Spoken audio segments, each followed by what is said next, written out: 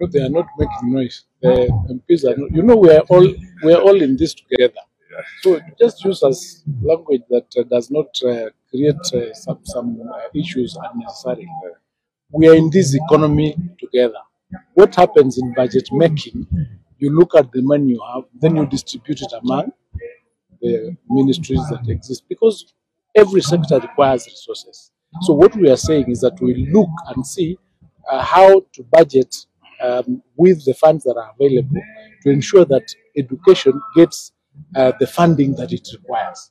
And that will start with the MPs. It actually starts with us as a ministry presenting what we require, and then they'll work towards it from what they have, so that then we can have as much money as possible to support that program. But there is, in this country, a tendency of people just taking things out of context and making a story out of it, which is not there. Nobody, for example, nobody has ever said that we are reducing the money from 22,000 to 1,600.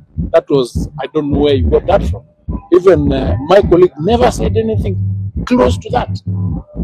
But that is what you picked. So I would like you to give Kenyans the true position. You are all products of the education system. I don't know why everybody is so hell-bent on painting education as failing in this country, when even the English you are speaking, it is English that you've gotten through that education system. And we are working very hard to ensure that we do not shortchange our students, we don't shortchange our children, so that we give them the very best.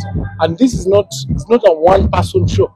It is everybody comes in. The MPs come in, the county governments are in supporting us through bursaries. We have other international organizations supporting us in doing infrastructure.